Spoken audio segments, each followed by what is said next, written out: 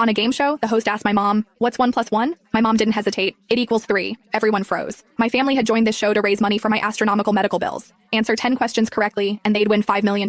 After struggling through 9 questions, the host took pity and asked a softball question. This prize money was my lifeline. But my mom, a PhD in mathematics, deliberately answered it wrong. I bolted upright in my hospital bed, chest tight with pain. The host recovered quickly, plastering on a smile. Dr. Lily Smith is a mathematics PhD. Perhaps in unexplored mathematical fields, 1 plus 1 can equal 3. However, the question I just asked is very simple. You only need to think like a first grader. But my mom blinked and said firmly, 1 plus 1 equals 3. The host's expression darkened. My brother held up 2 fingers, waving them frantically in front of mom's face. "Mom, just answer one more question correctly and we can get the prize money for Chloe's surgery. This isn't the time for jokes." Dad was sweating bullets too. "Honey, did you mishear the question? Or did you misspeak?" But no matter how Dad and my brother pleaded, Mom stuck to her answer. 1 plus 1 equals 3. The audience exploded. Is this mother insane? This has to be scripted. What mother would want her own child to die? Each question had a 10-minute time limit. As the countdown neared its end, I begged the doctor to help me video call the show. The production team connected immediately. My pale, weak face appeared on the big screen. The crowd gasped in sympathy. The host's eyes reddened with emotion. At 16, I'd been diagnosed with a malignant heart tumor and was in critical condition every moment. The only hope for my survival was this prize money. The host was frantic. "There are only 3 minutes left on the countdown. If you answer incorrectly, all your family's efforts will be wasted." To qualify for this show, my whole family had stayed up for 3 months memorizing the question bank. They'd barely made it through 9 questions, and now Mom was spouting nonsense on the 10th. I spoke carefully. "Mom, the prize is $5 million.